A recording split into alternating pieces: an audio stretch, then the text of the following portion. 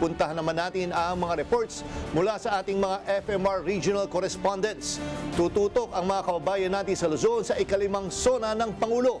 Ang Sona Special Report hatid ni Gracie Rutao.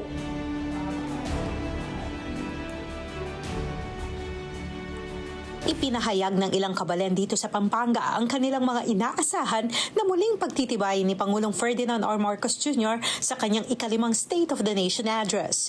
Umaasa sila sa pangako ng administrasyon para sa tapat at maayos na pagpapatupad ng mga proyekto, lalo na sa pang-infrastruktura. Ayon sa ilan, mahalagang mas higpitan ang pagpapatupad at pagbabudget ng mga proyekto ng DPWH upang maiwasan ang mga hindi natatapos na proyekto at matiyak na napupunta ang pondo sa mga tunay na pangangailangan ng mga komunidad. Bukod naman sa infrastruktura, hinikayat naman ni Pampanga Governor Lilian Nanay Pineda ang patuloy na pagpapalakas ng mga programa sa kalusugan tulad ng implementasyon ng zero balance billing at pagpapalawig ng PhilHealth benefits, edukasyon, agrikultura, kabuhayan at trabaho.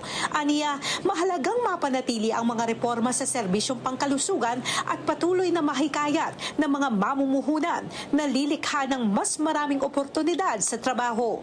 Nagpasalamat din si Pineda sa patuloy na suporta ng pambansang pamahalaan sa Pampanga at umaasa magpapatuloy ang matibay na ugnayan ng national government at mga lokal na pamahalaan para sa mas inklusibo at mas maayos na pag-unlad. Para sa 2026 Sona ng Pangulo, ako si Gracie Rutao.